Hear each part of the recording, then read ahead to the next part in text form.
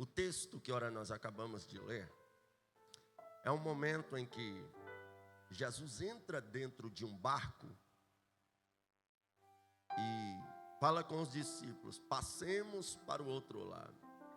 E Jesus vai, no meio do caminho, uma grande tempestade se levanta, os discípulos entram em desespero, clamam por Jesus, e Jesus se levanta e repreende o vento, acalma o mar, e os discípulos ficam tudo atônitos, falando: quem é esse que até o vento e o mar lhe obedecem? E Jesus chega do outro lado. Quando Jesus chega do outro lado, ele chega no território de Decápolis, em especial a cidade de Gadara. Decápolis, conjunto de 10 cidades. E quando Jesus chega neste território, um homem que a Bíblia diz que ele era endemoniado ao ponto de fazer sua morada no meio dos sepulcros, ao ponto de ficar nas montanhas gritando, ao ponto de se atirar com fogo e se ferir com pedras, ao ponto da polícia prender com algemas, com grilhões, e ele quebrar as algemas, despedaçar os grilhões. Ele estava possuído por uma legião de demônios. Era aquele homem que era o pavor, por que não dizer o terror de Decápolis. E um ser humano dessa forma, a gente tem medo dele. É um indivíduo que a gente não quer encontrar no meio da rua. Imagine você dar de cara com alguém tão endemoniado que é capaz de quebrar algemas de aço, de fugir de todas as formas, alguém que ficava nas montanhas gritando, dormindo no meio dos sepulcros. Quem não teria medo de um indivíduo desse? Ah, pregador, eu não teria medo, eu sou crente.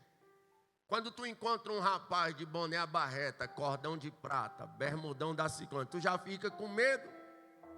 Imagine um rapaz nessa natureza. Então era alguém que... a grande verdade é que pessoas desse tipo, as pessoas desejam que ela morra, porque ela está causando pânico, ela está causando terror. Eu não vou longe, aquele rapaz lá perto de casa, que segundo relatos da esposa dele, em uma igreja, Deus usou um profeta para falar com ele, dizendo: não faça aquilo que Satanás tem armado para tu fazer. E ele não deu ouvido à voz de Deus e fez aquelas atrocidades, e a polícia acabou o matando. E no período de fuga daquele rapaz, eu via pessoas com medo dele falando, pessoas com medo de sair para a rua, o Lázaro. E o que eu vi até mesmo de crentes desejando a morte daquele rapaz. Então era tipo essa situação, pessoas desse nível. A sociedade deseja que morra. A mãe desse rapaz vivia, talvez esperando uma notícia: morreu, mataram, já era. Mas Jesus não tem prazer na morte do ímpio, antes que ele se arrependa. E ele veio para apregoar a liberdade aos cativos, dar vista aos cegos, curar os enfermos, libertar das prisões aqueles que estão presos, e esse homem estava preso, possesso. Então, quando Jesus desembarca no território de Gadara, esse homem endemoniado vem, se prostra aos pés de Jesus e começa a dizer: o que tenho eu contigo, Jesus, Filho do Deus Altíssimo? E a Bíblia Sagrada diz que Jesus dá uma ordem: sai dele. E Jesus pergunta o nome deles. Eles dizem: ó, somos legião, porque somos muito. E a conversa de Jesus com o demônio é curta. Isso aqui já até nos ensina. Esse negócio de ficar entrevistando o demônio não é de Deus. O máximo é perguntar o nome e mandar sair. Aí Jesus manda sair, tinha uns porcos ali. Eles rogam a Jesus: não nos atormente agora. Eles têm medo de que Jesus os lance à condenação eterna já de imediato. Os demônios, talvez você não saiba disso, ou não parou para prestar atenção nisso. Os demônios têm medo do lago de fogo.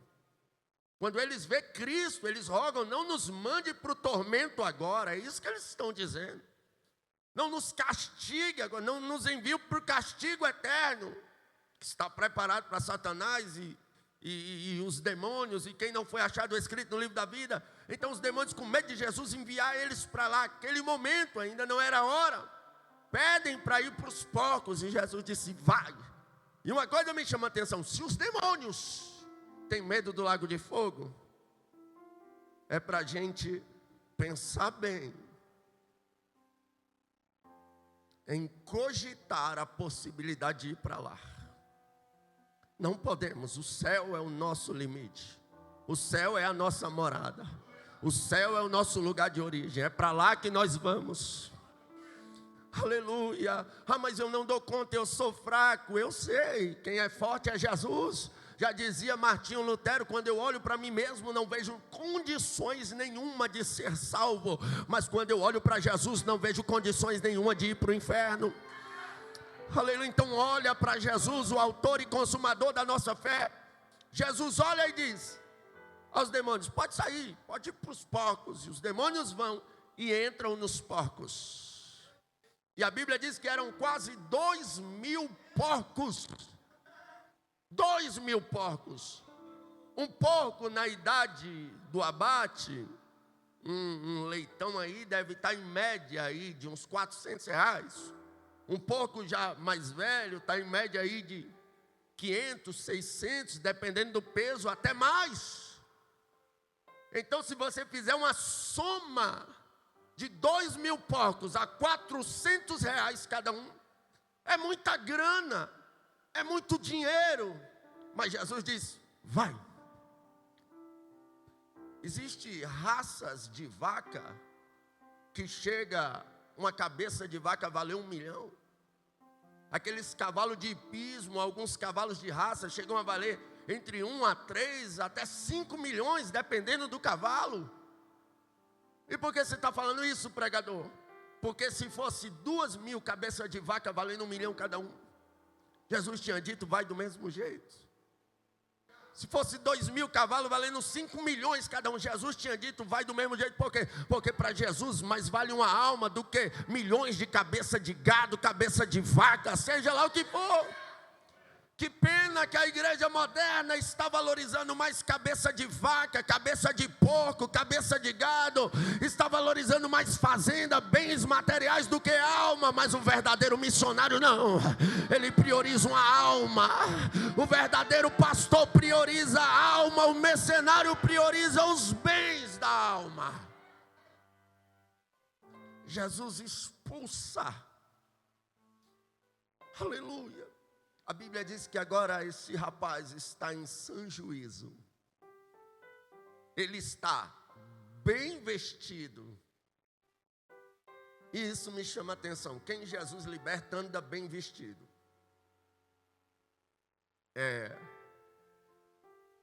Eu, Gabriel Bezerra, congrego na Assembleia de Deus. E eu sou a favor dos usos e costumes da igreja que eu congrego. E cada igreja tem seus usos e costumes. Agora tem pessoas que acham que ser crente é andar vestido igual uma velha, descabelada, desarrumada, ou o varão desarrumado, descabelado, desperfumado, porque agora eu sou crente. Não tem nada a ver. Crente tem que andar arrumado, bem vestido, bonito e cheiroso. Aleluia. O que o crente não pode é sensualizar, nem a mulher, nem o homem. Agora, se você tem condições de andar bem vestido, se vista. Andar bem arrumado, se arrume. Aleluia. Ah, mas a Bíblia diz que as mulheres devem se vestir como Sara e outras mulheres se vestiam. Então eu tenho que me vestir igual uma velha. Quem disse que Sara era desarrumada, bagunçada? Quando Abraão chegou, aleluia, no Egito, ele disse para Sara: olha, não diga que tu é minha mulher, não. Senão vão me matar e te tomar para eles, porque tu és mulher formosa.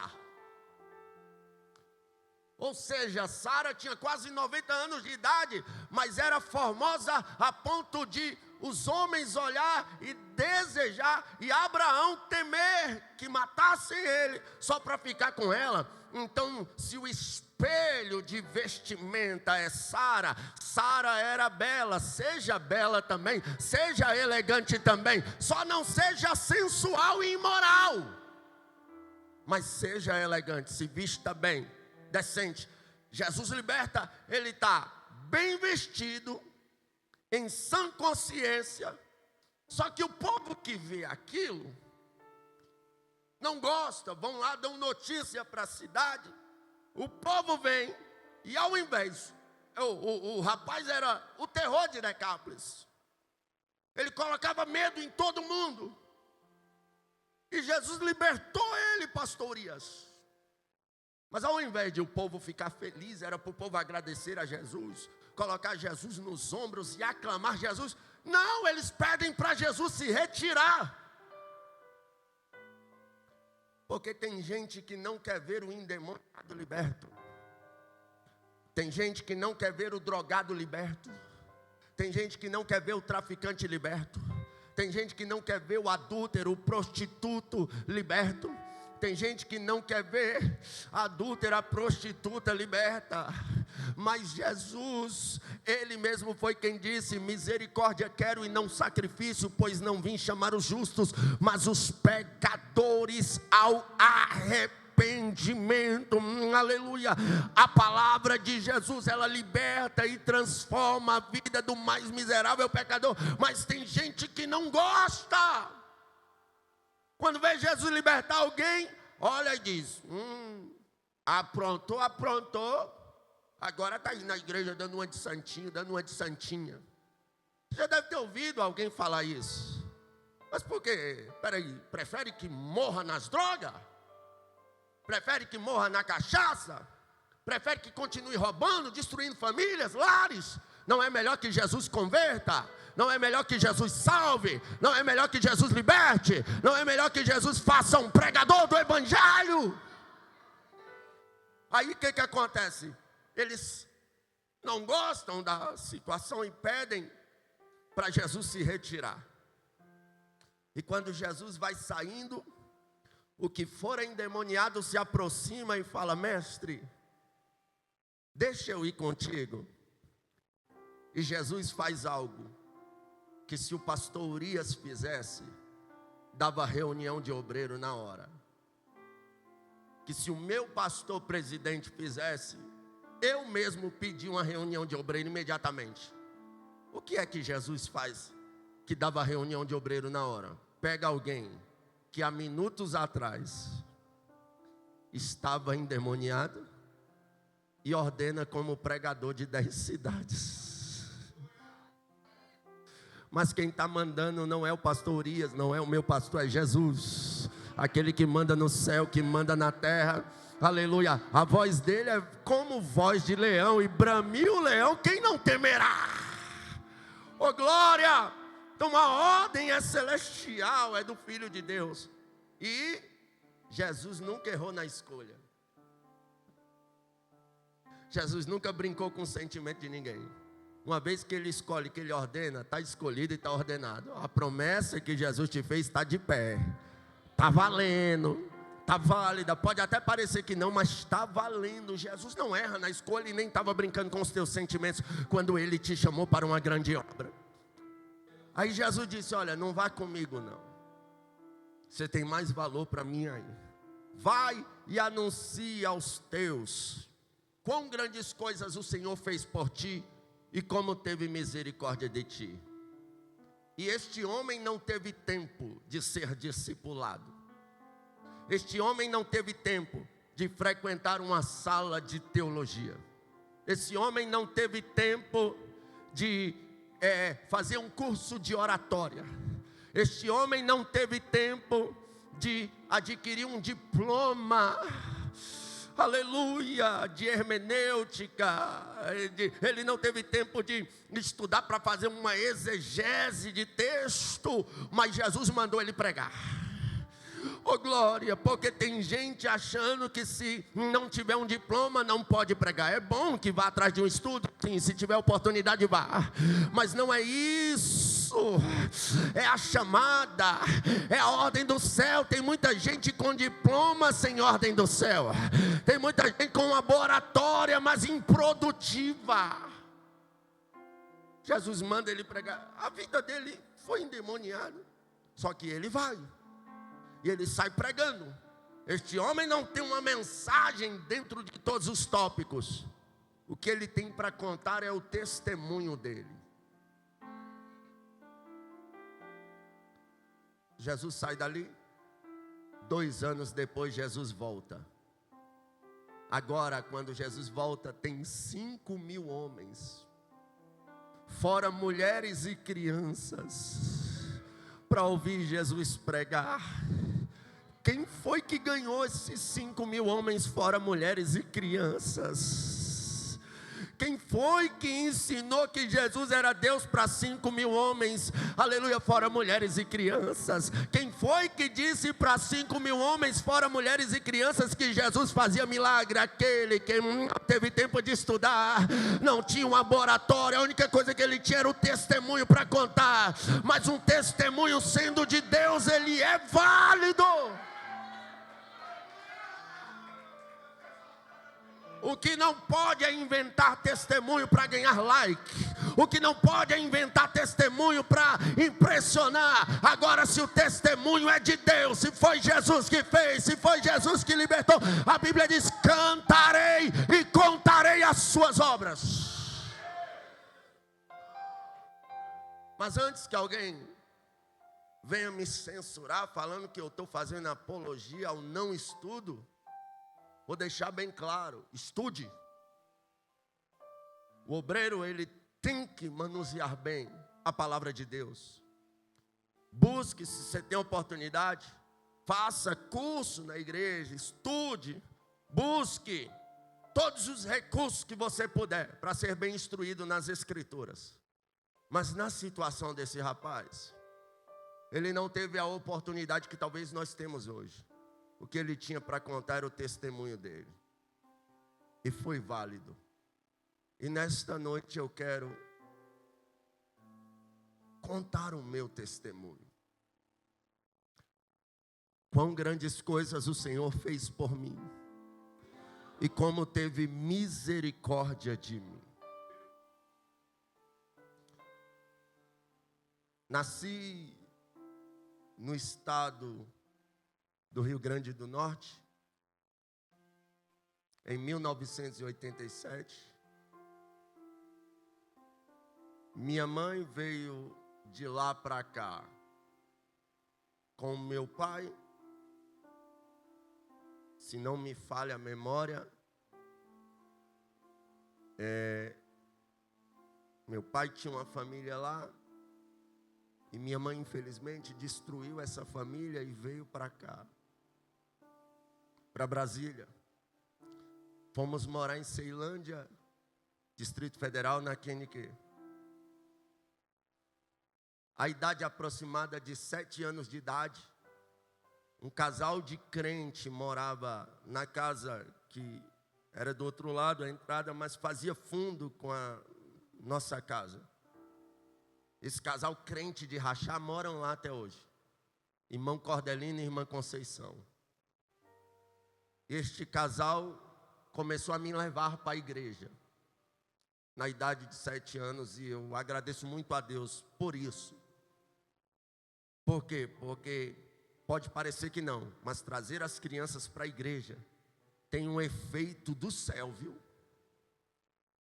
Imagine se ensinar os meninos o caminho que devem andar. Quando crescer, não se desvia dele. E eles me levavam para a igreja, e nesse período eu até, como criança, aceitei a Jesus. Gostava de ir para a igreja. Até porque tinha sempre lanche para as crianças, e a gente vivia numa situação bem pobre. E eu gostava de ir para lanchar. E alguns meninos até da igreja, eu lembro deles falando: você só vem para a igreja para comer. E em partes era mesmo, infelizmente. Nessa idade de 7 anos, eu era um ótimo aluno na escola. Só que o que a gente faz, a gente paga. Minha mãe destruiu uma família lá, agora alguém destruiu a dela. Meu pai saiu para trabalhar e não voltou mais. 5 dias depois, naquela época poucas casas tinham telefone. Chegaram lá em casa dizendo que meu pai estava em uma ligação, minha mãe foi e eu corri. Meu pai era muito bom, era um homem muito bom mesmo, de verdade. Eu nunca vi meu pai brigando com minha mãe, discutindo com minha mãe. Para você ter uma ideia, eu tenho lembranças boas de meu pai. Aí quando eu cheguei, minha mãe conversou com ele. E eu falei: eu quero falar com meu pai. Uns 7 dias sem ver meu pai. Aí ela passou para mim, eu falei: papai, quando é que o senhor vai voltar para casa? Quando é que o senhor chega?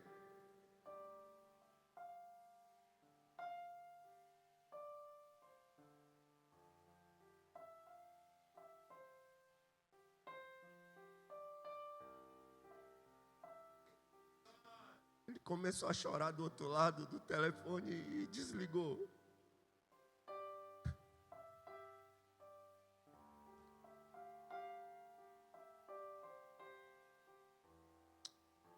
Eu vim ter notícias de meu pai 20 anos depois. Aquele bom aluno agora virou um aluno revoltado.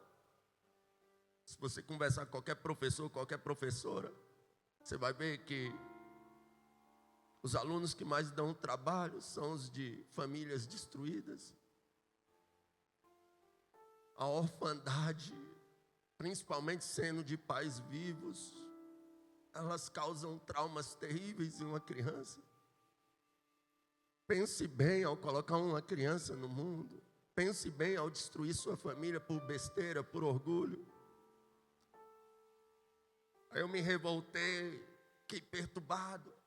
Mataram um rapaz em frente à minha casa. Minha mãe ficou com medo. E vendeu a casa que a gente morava e comprou uma casa em Águas Lindas de Goiás. Quadra 9, lote 16, Recreio da Barragem.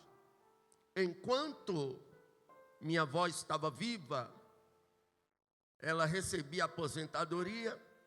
Minha mãe foi trabalhar e cuidava. Quando meu pai foi embora, éramos 7 crianças. Eu, com 7 anos, e a escadinha, 6, 5, 4, 3, 2, 1, minha irmã mais nova tinha meses. Aí minha avó faleceu, minha mãe deu uma doença nos olhos, ela trabalhava de pintar meio fio, como gari da SLU. E ela não pôde mais trabalhar por causa da alergia. Vendeu a casa, mudamos para Águas Lindas de Goiás. Chegamos em Águas Lindas, quadra 9, lote 16, Recreio da Barragem. A mulher que mora lá nessa casa hoje morava do lado da gente. Eu gosto de dar endereço porque eu tenho várias testemunhas, inclusive essa mulher. Minha mãe ali, desempregada, ela recebia uma cesta do governo todo mês. Nós entramos em uma situação de miséria. Lá era 2 barracos e um banheiro assim no fundo. A gente entrou numa situação de miséria tão grande. Minha mãe, com 7 filhos, desempregada, que minha mãe começou a vender as coisas dentro de casa. Vendeu geladeira, vendeu fogão, vendeu bujão de gás. E daqui a pouco a gente estava cozinhando só na lenha. Em época de chuva era terrível, né? Para pegar madeira molhada, acender, era muito ruim. O governo do Distrito Federal, na época Joaquim Roriz, eles distribuíam uma cesta para as famílias. E minha mãe recebia essa cesta.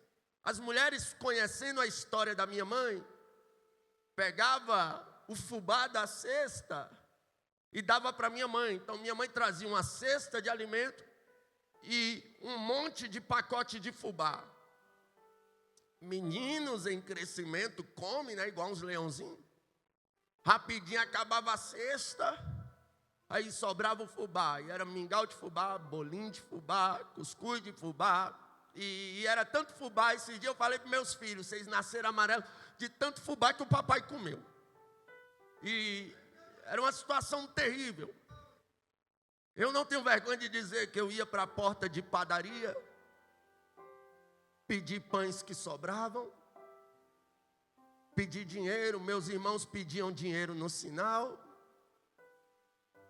E a minha irmã, a Júlia, tadinha, uma vez ela entrou no supermercado Tatico e foi roubar um pacote de biscoito. Pegaram ela, levaram ela lá para dentro e perguntaram: tu tem passagem? Ela: só de ir para casa.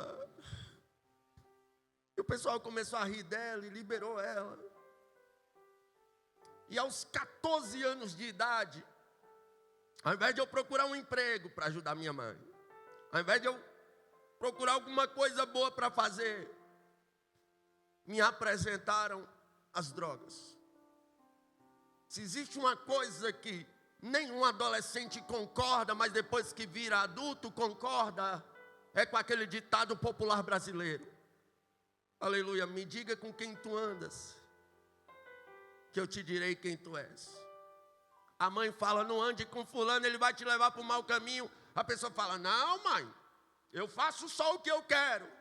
Mas a grande verdade é que quando você vê os coleguinhas fumando cigarro, você não quer ficar para trás. Na minha época, a entrada de drogas era o cigarro de baile, que era cigarro com sabores. Entrava por ele. Hoje são esses aparelhinhos aí que os adolescentes, eu não sei nem o nome disso, eu estou meio desatualizado, ultrapassado. Mas é esses aparelhinhos que o pessoal fica, os jovens ficam puxando fumaça aí.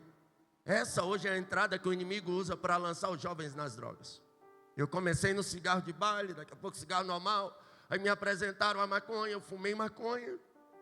E o primeiro uso de qualquer droga, por incrível que pareça, na maioria das vezes você vai gostar.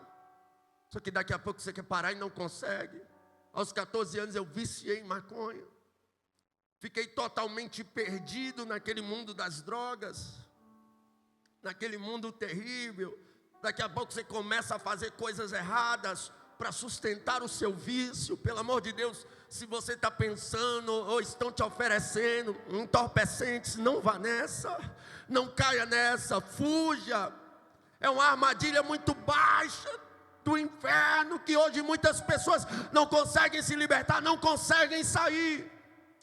Aleluia! Quantos amigos meus não conseguiram sair, se perderam lá e morreram lá. Mas graças a Deus que Jesus teve misericórdia de mim.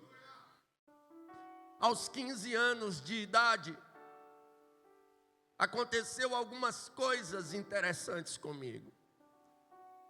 Estava numa esquina, usando droga, quando chegou uma senhora, aquelas assembleianas do coque, me deu um folheto e disse: meu filho, Jesus te ama. E eu: amém. Ela: mas tu sabe que se tu morrer do jeito que tu está aí, tu vai para o inferno. Meu coração disparou. Ela saiu. E eu comecei a lembrar de quando eu era pequenininho e ia para a igreja.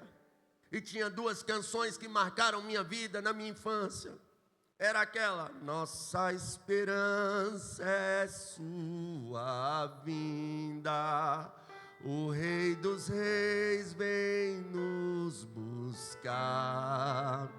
Nós aguardamos Jesus ainda. E eu fiquei com essa canção naquele momento pensando, mesmo sobre o efeito de entorpecentes. E aquela outra canção: eu queria ir para lá, se eu pudesse estar lá. Não queria voltar, só para ver o meu rei, frente a frente com o Pai. E eu fiquei pensando, e aquele dia eu falei: Deus, me tira dessa vida. Passou-se alguns dias, eu estou sentado no murim da minha casa, após fazer uso novamente de entorpecentes. Eu e mais 2 amigos sentamos no murinho e veio 3 jovens. Isso era aproximadamente 3 horas da tarde, o sol rachando, Águas Lindas de Goiás, lá de terra. E a gente sentado ali no murim, esses 3 jovens chegam, pastor Urias. E rapaz, na hora que eles chegaram em frente à minha casa, eles começaram a sapatear, marchar e falar em mistério e dar glória. Um pegou na mão do outro e foi manto, fogo, terra, raio. E o negócio pegou fogo ali no meio deles. Aí começaram a falar em línguas estranhas. Pense, 3 jovens, doidão de maconha, vendo uma situação dessa. Aí a gente ficou olhando assim. O meu amigo falou: vixe, os caras tão doidão. Mas doidão quem estava era nós.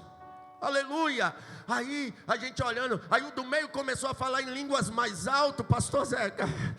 Aleluia. Os outros 2 calaram. Eu nunca esqueço disso. Ele apontou para minha casa e disse: hoje essa casa está em ruína, hoje essa casa está em miséria, mas de dentro dessa casa Deus levantará um pregador para a nação brasileira. Eu não sei onde aqueles profetas estão, mas a profecia está pregando aqui hoje.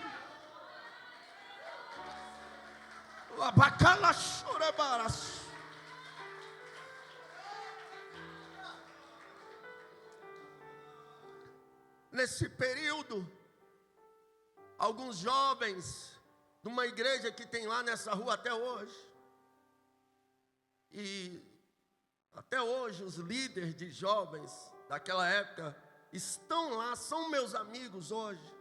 Já voltei para pregar lá. Naquela época eles me evangelizaram e eu fui para a igreja. Comecei a frequentar a igreja, comecei a cantar no conjunto de jovens. Só que eu fazia capoeira. E a religiosidade, ela mata. O evangelho salva. Paulo, enquanto estava em nome da religião, ele causava males à igreja. O dia que ele conheceu Cristo e se converteu, ele causou bens às igrejas. Cuidado com a religiosidade, ela é perigosíssima. E o pastor, muito religioso, ficava falando para mim: Gabriel, sai da capoeira e vem para a cidade. E eu não entendia nada o que o pastor queria dizer. Continuei fazendo capoeira. Ele não me explicou que é por causa das músicas, que falam muito em entidades, né? Não falou nada. Simplesmente um dia eu cheguei, fui sentar no meio dos jovens, e a líder disse: o pastor disse que não é para você sentar nem cantar mais com os jovens. Eu saí dali, todo mundo ficou me olhando com aquele olhar de condenação, sabe? Conclusão: eu não quis mais voltar na igreja com vergonha. Aí a gente conhece Bíblia, né? O demônio que usava, sai. Se ele volta, encontra a casa vazia, ele chama mais 7. Se eu dava trabalho, agora eu passei a dar trabalho de verdade. Me afundei totalmente no mundo do crime, de tudo que não presta. O tempo passou, a gente vivendo aquela vida de miséria.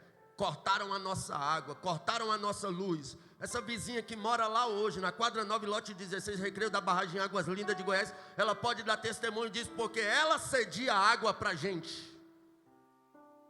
E a gente ficou um tempão sem água, sem luz, a luz de vela, lamparina, e aquela coisa toda, situação de miséria, até que minha tia disse para minha mãe: Tereza, pega esses meninos e vem morar aqui.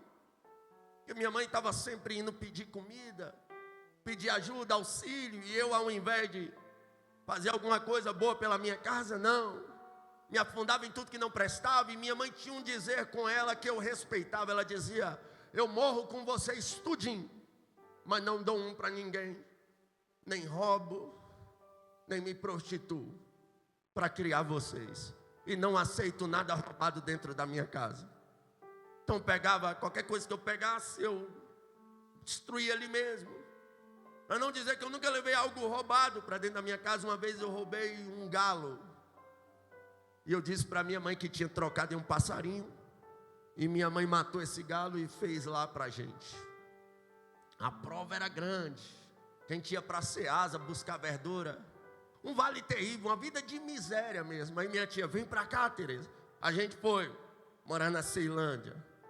Morando na Ceilândia, um primo meu tinha conseguido um lote, sol nascente, Ceilândia iniciando, lá num lugar que é chamado hoje, na época já era também, de Favela do Mingau, no sol nascente, Ceilândia.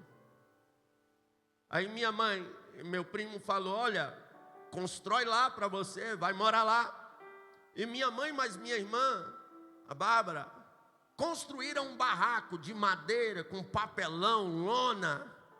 E esse barraco era engraçado, não tinha banheiro, tá? Não tinha banheiro nesse barraco. E ali aquele barraco que elas mesmo fizeram ali, tinha lona, você não sabia como tinha porta ali. E botaram os móveis, e eu lembro, meus irmãos tudo amontoado. Tinha irmão meu que dormia dentro do guarda-roupa, em cima das roupas. Uns dormiam no chão, outros em cima da cama. Grande era a vida de miséria. Muita gente, quem mora ali até hoje na Rua 10, ali na Favela do Mingau, no Penorte, abaixo da 5 do Penorte, conhece a história da minha mãe, lembra dessa história. E a gente ali, vivendo, eu fui morar com minha mãe ali também. Minha mãe se orgulha de uma coisa, ela fala direto. Engraçado, dava chuva de vento, voava telha da casa de todo mundo. Meu barraco lá com papelão, lona, nunca voou uma telha, nunca voou um papelão. E só que quando a gente foi morar ali, de frente à minha casa, era uma biqueira. Essa rua, que foi a gente que apelidou ela de Rua 10, ela, para entrar por cima, passava num beco. Hoje abriram lá e fizeram uma rua. Passava num bequinho. Do outro lado, estava toda esburacada. Então, para entrar um carro lá, só se fosse questão de urgência. Aí a polícia entrava, porque não tem lugar que quando a polícia quer entrar, ela não entra. Mas era de difícil acesso. Então era um ponto estratégico para uso e venda de entorpecentes. E ali os jovens ficavam com armas, né? E era coisa terrível ali. Eu fui mudar bem para ali. Aí eu me enturmei com o pessoal ali. Nesse mesmo período, um rapaz que veio do interior de Minas Gerais, veio morar ali também. E esse rapaz dava para ver que ele não era um rapaz assim do mal, envolvido nas trevas, mas ele foi morar justo ali. E outra vez eu volto, as amizades influenciam. E ele entrou ali no meio, nem sabia fumar direito, e começou a usar drogas. Aí foi na época que surgiu aquele filme Cidade de Deus, e tinha ali o Mané Galinha, e o nome desse rapaz era Rivalino. Nós começamos a chamar ele de Zé Galino. Daqui a pouco chamamos ele de Zé Galinha. E ficou o apelido Zé Galinha. E Zé Galinha se envolveu ali num mundão terrível, perdido.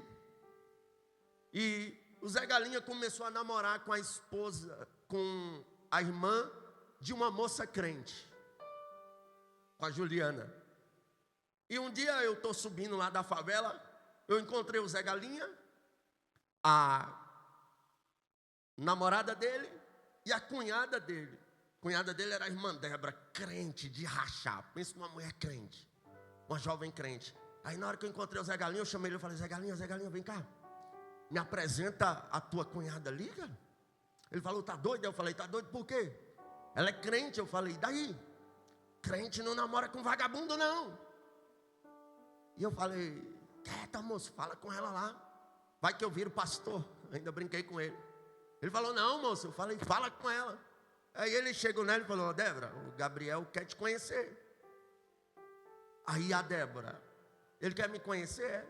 Fala para ele vir aqui domingo para a gente ir para a igreja. Eu falei: tá bom, domingo eu venho aí. Só que eu esqueci da Débora, né? Deixei para lá. No domingo tinha uma festa para mim ir. Eu me arrumei todinho para ir para a festa. Deus é tão bom que na hora que eu estou subindo, por incrível que pareça, no mesmo lugar, eu encontro o Zé Galinha descendo. Aí ele me viu arrumado e falou: tá indo para a igreja? Eu falei: não, que igreja, maluco? Ele: tu não vai para a igreja não? Eu falei: que igreja? Ele: a menina está te esperando lá. Eu falei: que menina? Ele: a minha cunhada. Eu falei: como assim? Ele disse assim: ela perguntou por tu a semana toda, eu acho que está interessada. Aí eu pensei: rapaz, se a crente está interessada, melhor um pássaro na mão do que dois voando, né? Vai que dá certo eu me enrolar com essa crente aí. Aí lá no mundo em 2006, o que acontece? Quando íamos conhecer uma moça, pastor Ias, a gente chegava assim: prazer, Gabriel, e tentava dar o terceiro beijo na boca. Se desse certo, a expectativa era essa. Nem sempre, ou quase sempre, não era a realidade. Mas se colasse, aí eu pensei: eu não vou tentar dar o terceiro beijo na boca da crente, né? Mas pelo menos 3 beijinhos no rosto eu vou dar. Só que a postura de serva de Deus dela, a postura de crente dela, me colocou no meu lugar. Quando eu cheguei próximo, que eu olhei aquela postura de serva de Deus dela, de longe eu disse: oi.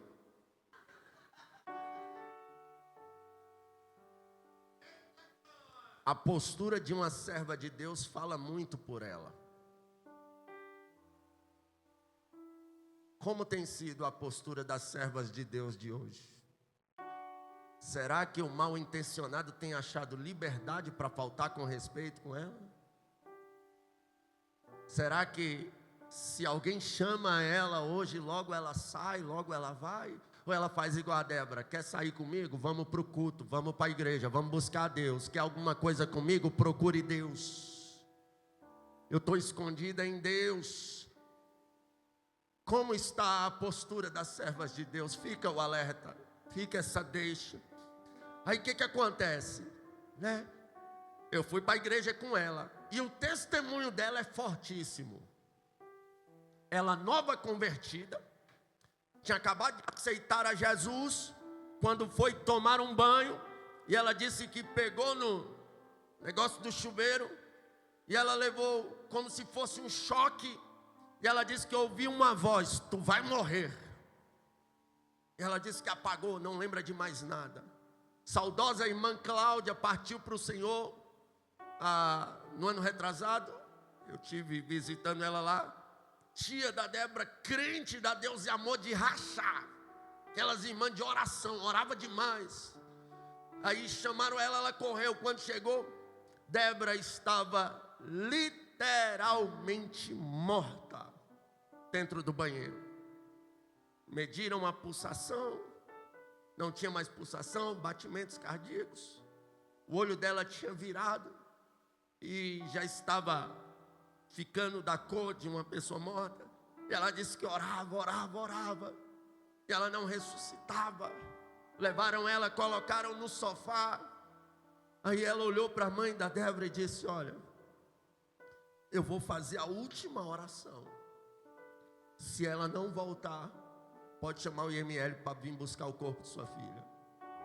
Ela disse que botou a mão na cabeça dela e falou: espírito da morte, larga essa menina agora. E fez uma oração fervorosa. E Deus ressuscitou a Débora. Você pode dar glória a Deus.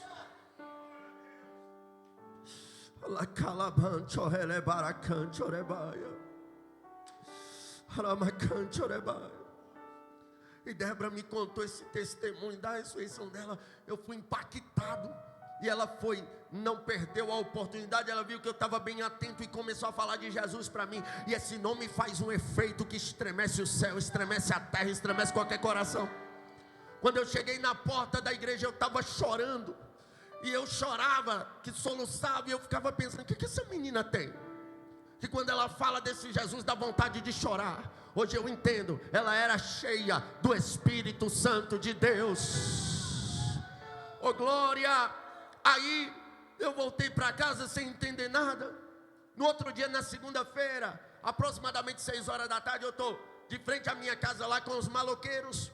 Eu nunca esqueço disso. Entra a irmã Débora, crente de rachar, biblinha na mão. Ela estava com a saia rosa, uma blusa verde, uma sandalinha havaiana. Ela chegou perto assim da gente e me chamou: Gabriel, vem cá. Eu cheguei perto dela e disse: o que foi, irmã Débora? Tudo bem? Ela disse: eu vim te convidar para ir para a igreja. Eu falei: para a igreja? Hoje é segunda-feira. Ela disse: pois é, tem culto de oração. Eu queria tanto que os irmãos orassem por você. Eu fiquei constrangido, com a visita dela. E fui, para o culto de oração. Voltei para casa. No outro dia, aproximadamente 6 horas da tarde, a Débora entra na favela de novo. Aí maloqueiro, você sabe como é, né? Começaram a zoar: ei, vai casar com a morena, vai virar pastor, vai virar crente. Eu falei: quieta. Aí ela me chamou. E toda mãe que tem um filho perdido no mundo do crime e das drogas, ela não dorme enquanto o filho não chega em casa. Está sempre esperando uma notícia: morreu, levou facada, desapareceu, sumiu, a polícia. Essa é a realidade. Aí eu fiquei surpreso com a ida dela lá na terça-feira. Ela me chamou, eu encostei no madeirite lá do meu barraco. Falei: o que foi? Ela disse assim: olha, eu vim te chamar para ir para a igreja. Eu falei: de novo? Terça-feira? Tem culto lá? Ela disse: é culto de doutrina. Eu queria que tu fosse lá ouvir a palavra. Aí eu pensei e falei: irmã, não vai dar para mim não. Ela disse: por quê? Eu falei: eu estou sem roupa para mim ir para a igreja hoje. Minha mãe estava escutando a conversa do outro lado do madeirite e gritou: eu arrumo uma roupa para ele já já. Eu entrei em casa, eu falei: mãe. Ela disse: vá logo, rapaz. Minha mãe fala que a Débora foi um anjo que Deus colocou no meu caminho. E de fato eu acredito. Aleluia, glória a Deus. Aí eu falei: mãe. Ela: vai logo para a igreja, está aqui a roupa. E eu fui. Aí na volta ela me fez uma intimação que nem Alexandre de Moraes não tem uma intimação daquela.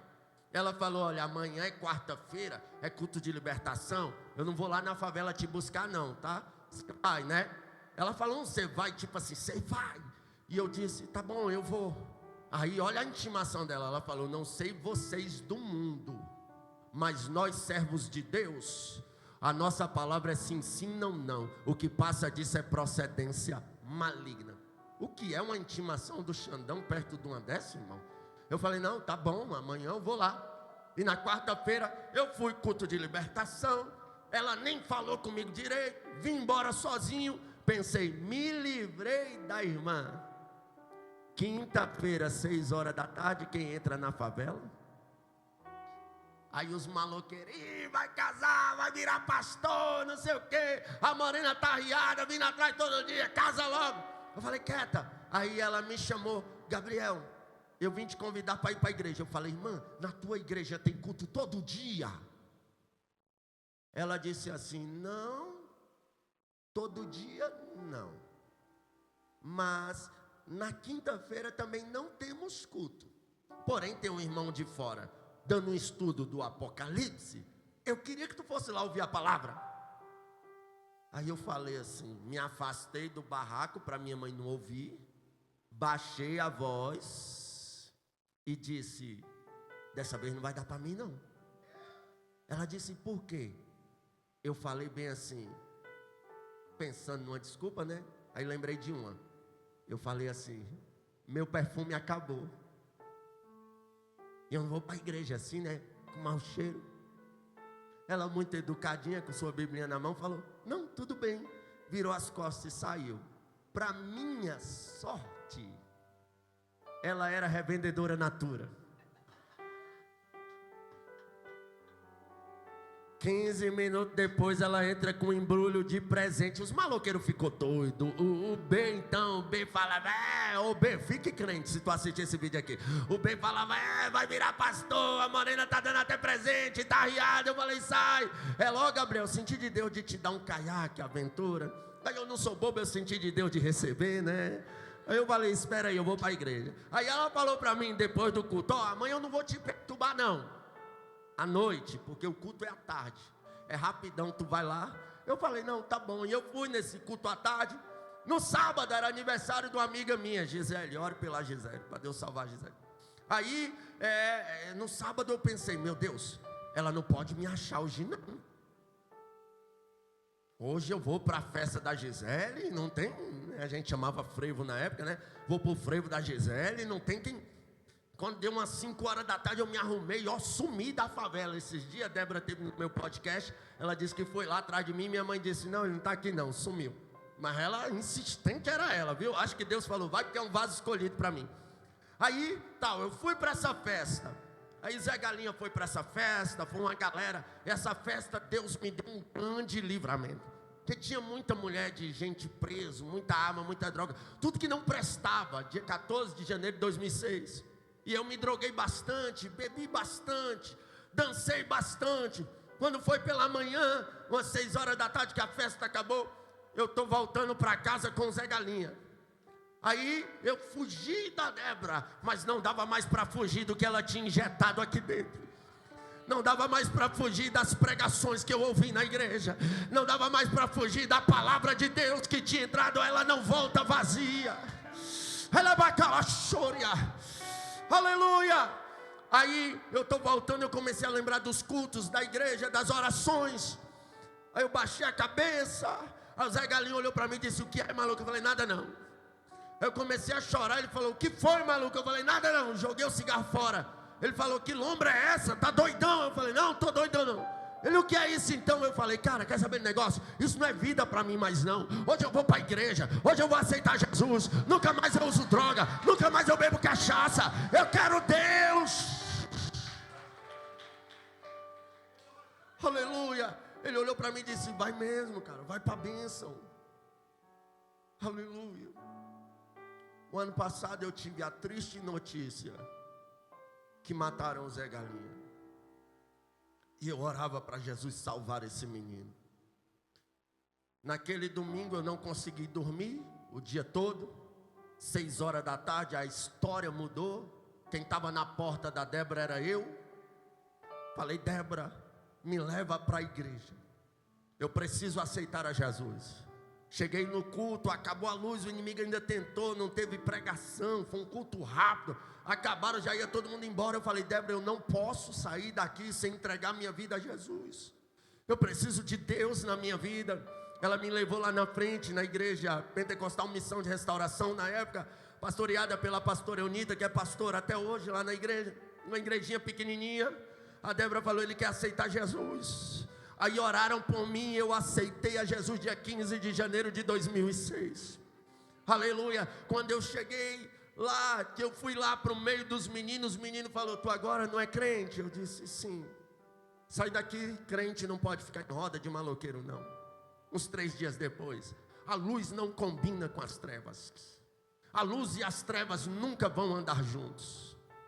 Aleluia, eu entreguei minha vida a Jesus. E detalhe, não precisei de rap gospel, balada gospel, nada de imitação mundana não. Ela me convidou para ir para o culto, ouvir a palavra, para ir para o culto de oração, para ir para o culto de doutrina, ouvir a palavra, para ir para o culto de libertação, para ir para o estudo bíblico, ouvir a palavra. Essa conversa fiada de que temos que inventar os movimentos para segurar jovem, está errado. A Bíblia diz, jovens, sois fortes porque a palavra de Deus está em vós.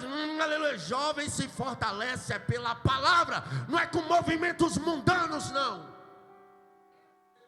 Eu cheguei nos meninos lá, eles, sai daqui, tu agora é crente, não pode andar em roda de maloqueiro não. Eu fiquei tão triste com aquilo. Aí daqui a pouco um amigo meu, Joab está até indo para a igreja agora, ore por ele também, que é irmão da Gisele, essa que eu fui para a festa. Joab estava doidão, quase não conseguia falar direito, ele lembra disso. Aí eu cheguei, sentei do lado dele, eu falei, ô Joab, não vou mais para a igreja não. Ele doidão falou: por quê, meu irmão? Não sai da igreja não, tu tá na bênção, fica na bênção. Eu falei: só foi eu vir para a igreja, os meus amigos, colegas, né? Já não querem mais que eu fique no meio deles. Aí o Joab: isso aqui não é vida para ninguém não, maluco. Um dia eu vou para a bênção também. Tu tá na bênção, já fica na bênção. Eu falei: verdade, né? Aí eu fui para o culto. Tinha uma cantora de fora, nunca tinha me visto. Ela olhou para mim e disse assim: olha, eu ia cantar outro hino. Ela disse: jovem, fica de pé. Deus mandou cantar esse hino para você. Aí ela começou a cantar um hino da Lauriette. O teu sorriso mostra o teu sofrimento. São tantos problemas, você quer parar. A sua esperança a cada dia quer chegar ao fim. Mas Deus lhe manda te dizer assim: filho, eu estou contigo todos os momentos. Eu sou o teu amparo, sou o teu abrigo. Aí chegou no ponto-chave: ainda que os amigos venham te esquecer, eu sou o teu Deus e estou com você, e vou te fazer feliz.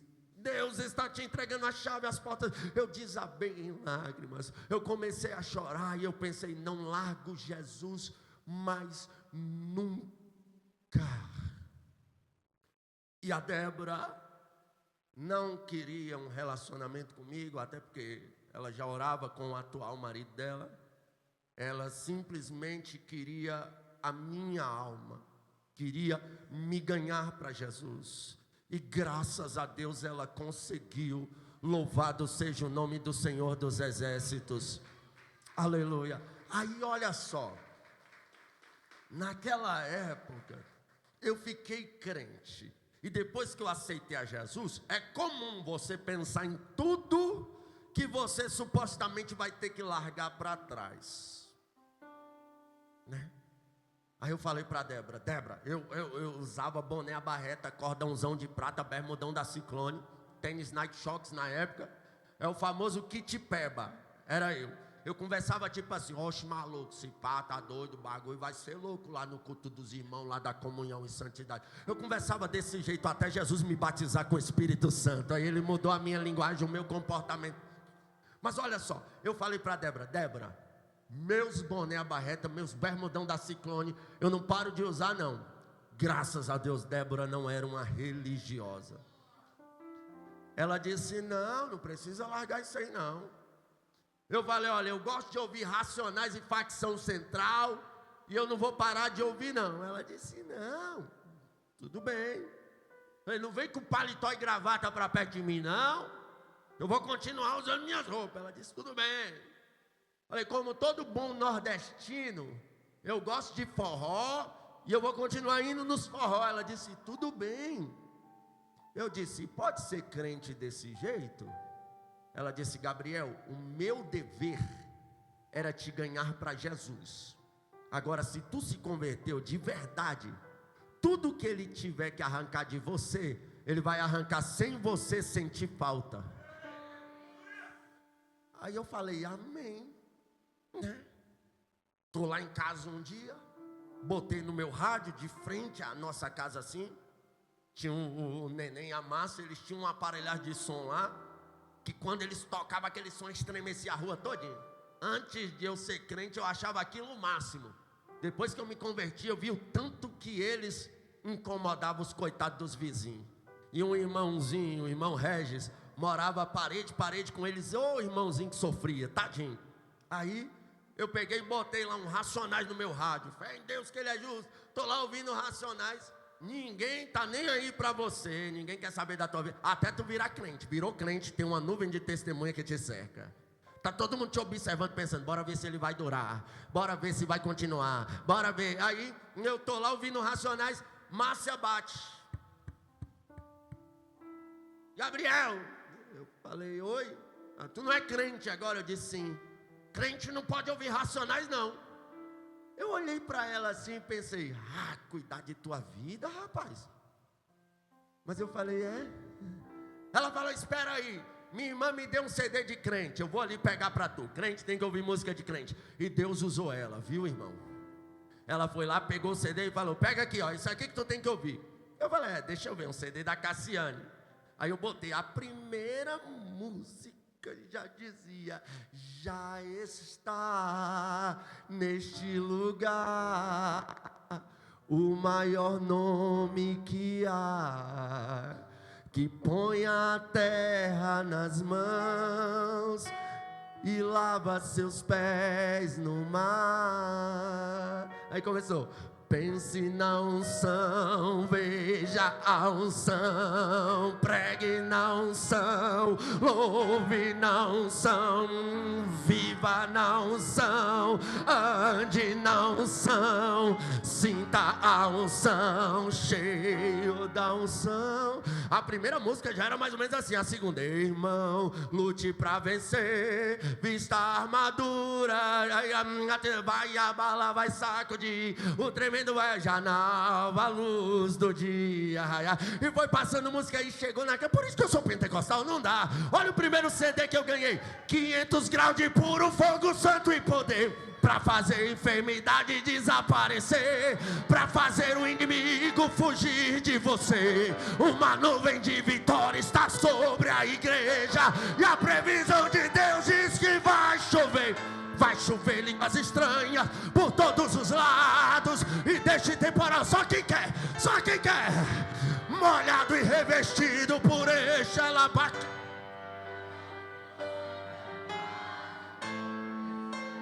Ela é bacantuia. O fogo vai descer por esse poder. Aí daqui a pouco eu conheci Rose Nascimento, já lançou sobre a terra e adorou. Aleluia. Daqui a pouco eu conheci Elane de Jesus. Aleluia, louvado seja Deus. Daqui a pouco eu conheci Lauriette. Eu vou subir, não vou ficar aqui. Daqui a pouco eu fui. Aí eu falei: meu Deus, quem que é Racionais Facção Central perto dessas cantoras abençoadas? Antônio Cirilo, poderoso Deus. Aleluia. Oh, glória, poderoso Deus. Eram as músicas da época.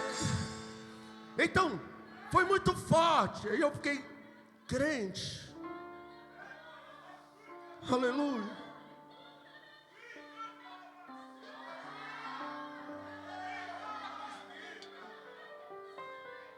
Ela é baixuia.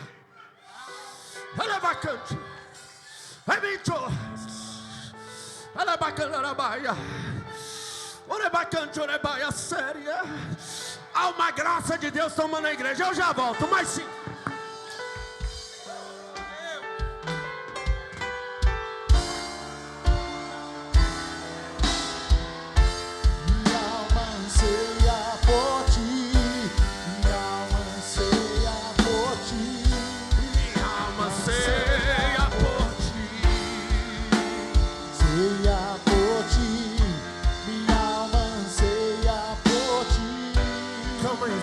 Segura. Só pra gente encerrar. Só pra gente encerrar. Aí eu ali, novo na fé, eu só tinha uma calça que eu lavava ela para ir pro culto e usava umas bermudas. E eu disse aqui e vou dizer de novo: a religiosidade mata. Aí um crente santo, que eu não sei nem como é que ele ainda estava na terra, me encontrou de bermuda no meio da rua e disse: tu não é crente agora? Eu disse: sou. Crente não pode andar de bermuda não, está escandalizando, viu? Ah, se fosse hoje. Eu olhava e falava: rapaz, eu estaria escandalizando se eu estivesse adulterando, furtando, enganando os outros, passando os outros para trás, mentindo, sendo crente 171. Mas não, eu não entendia nada. Eu falei para ele assim: não,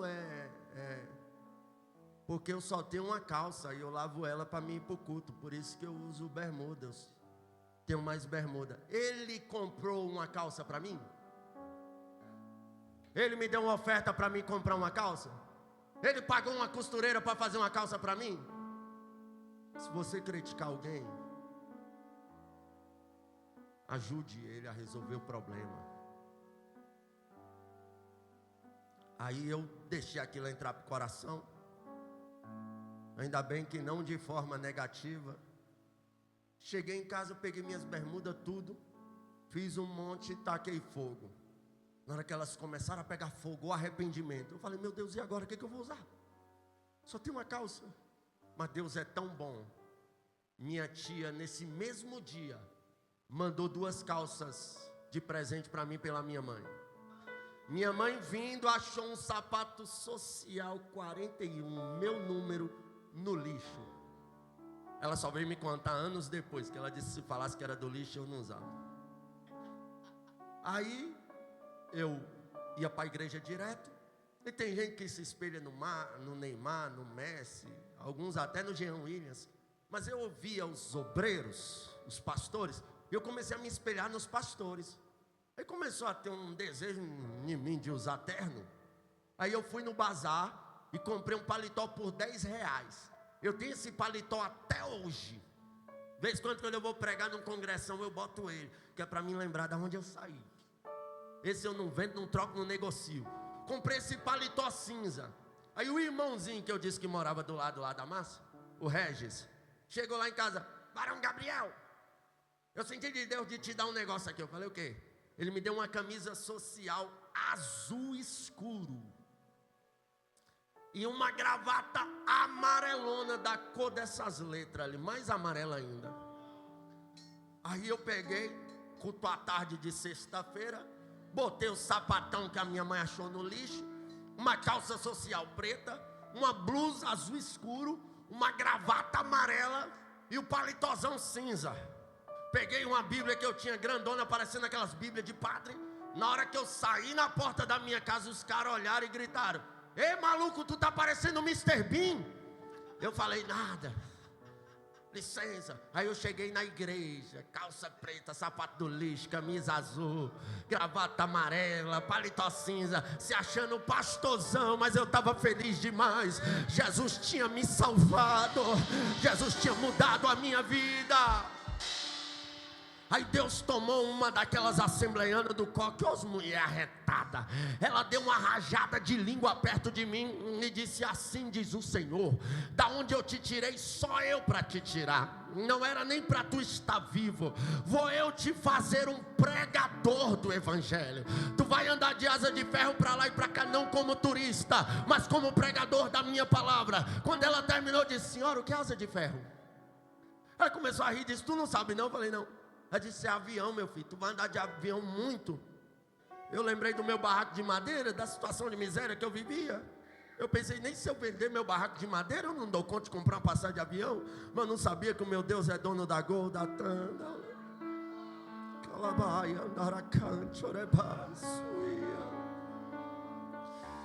Eu botei aqui. Só que o que me chamou a atenção na vida daquela mulher não foi, pastorias, a profecia. Foi a língua estranha que ela falou, que eu arrepiei até a sobrancelha. Aí eu pensei, eu quero falar essa língua.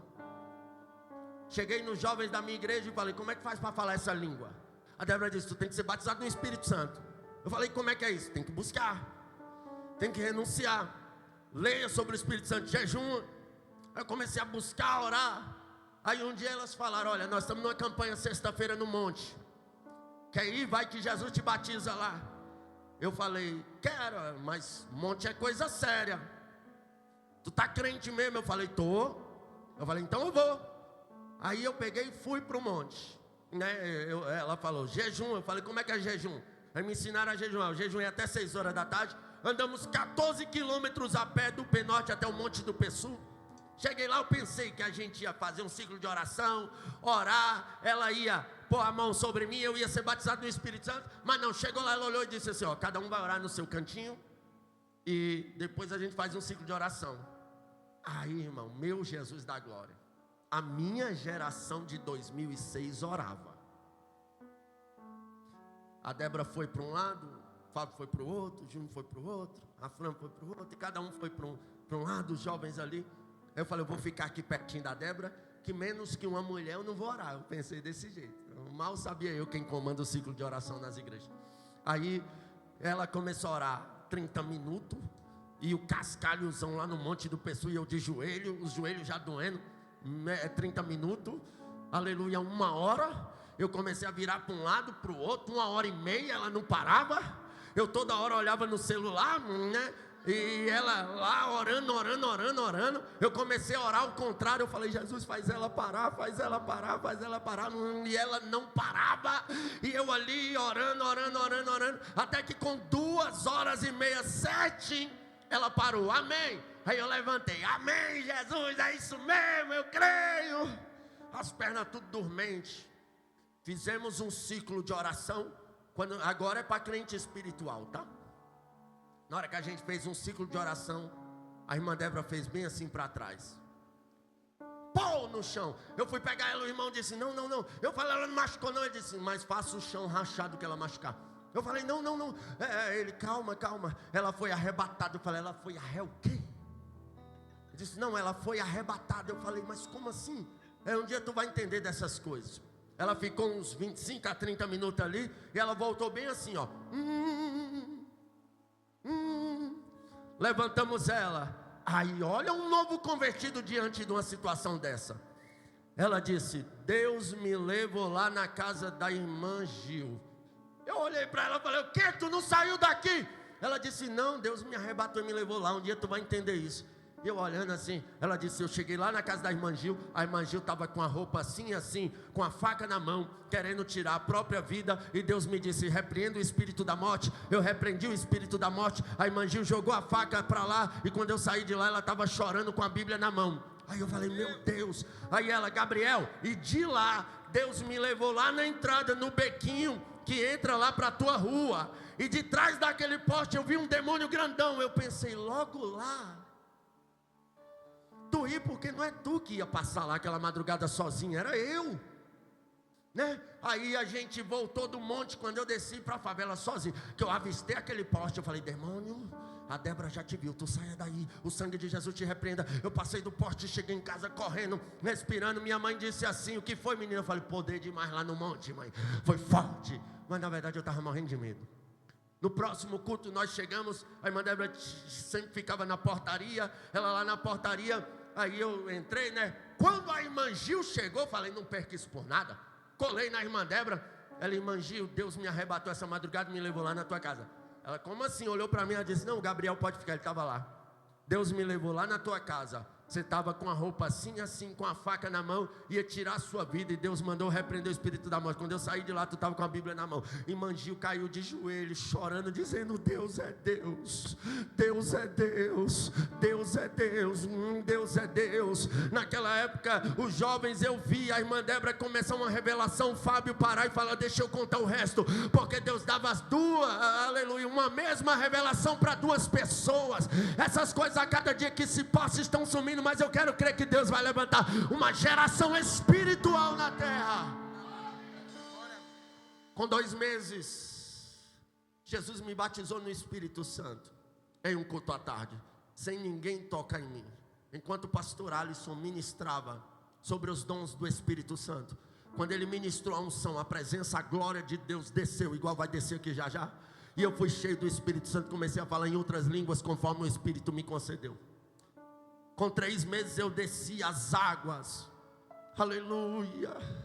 Com 5 meses eu preguei a primeira vez. Quando eu terminei de pregar, uma diaconisa da igreja olhou na minha cara e disse, essas pessoas que não sabem nem pregar e querem inventar de pregar. Cuidado para você não matar quem Deus deu vida. Aleluia, quanta hipocrisia a gente vê. Oramos para Deus libertar o drogado e fazer dele um pregador. O dia que Deus faz, a gente quer matar. Aí com muito esforço me convenceram a pregar pela 2ª vez. Quando eu preguei pela 2ª vez, um superintendente de escola bíblica olhou para mim e disse, olha, a igreja é um corpo e o pé não pode fazer o trabalho da mão. Deus não te chamou para pregar, procure outra coisa para fazer. Eu saí dali desanimado, mas aquela chamada ardia no meu peito. Um dia eu orando no monte, apareceu um gordão assim do nada, marchando, chega a terra tremer. Ele disse, homem! Olhei assim procurando um homem, não era um menino. Não vi ninguém, eu falei, é eu. Aí eu respondi na mente, sim, assim te diz o Senhor. Eu não disse que te faria um pregador do evangelho? Eu respondi na mente, sim, Senhor. E por que tu dá mais ouvido ao homem do que a mim? Pregue a minha palavra. Eu falei, se Jesus mandou pregar, se Jesus disse que eu vou ser pregador, eu vou ser pregador. A terceira vez que eu preguei, Jesus batizou com o Espírito Santo. Aí comecei a pregar. Com aproximadamente 1 ano que eu já pregava, fiz a minha primeira viagem missionária para pregar. Onde foi? Aqui no Resfriado, em Cristalina de Goiás. Lá falaram para o irmão Leandro de mim. O irmão Leandro me trouxe para pregar aqui. Comecei a pregar. Um dia Deus levantou um paralítico de uma cadeira de roda na Assembleia de Deus Madureira, aqui no bairro Rio de Janeiro, na época pastoreada pelo pastor Lorivaldo.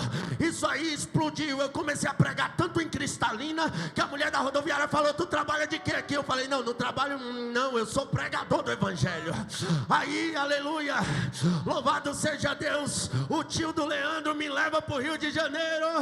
Aleluia, a asa de ferro se cumpre. Quando eu estou voltando, entro no primeiro avião, de lá para cá, asa de ferro, para lá, para cá, para lá, para cá. Hoje 19 anos pregando. Ainda não sei pregar, mas dentro do Brasil. Só não preguei em Roraima e Acre, mas estou agendado esse ano. Ou seja, aqueles jovens disseram, de dentro dessa casa que está em ruína, que está em miséria, Deus levantará um pregador para a nação brasileira. Deus levantou, Deus me salvou. Aleluia, com 7 anos de crente, me deu uma família abençoada, me deu uma esposa.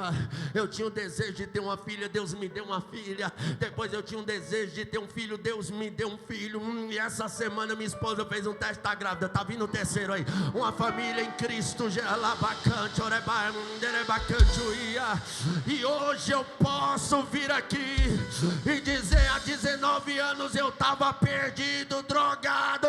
Mãezinha, tu que está com filho assim, tenha esperança. Deus me salvou, me fez um pai de família e um pregador do evangelho. Deus vai salvar teu filho, Deus vai salvar teu marido. Hoje eu posso vir aqui declarar, eu e a minha casa servirmos ao Senhor. Se coloque de pé em nome de Jesus.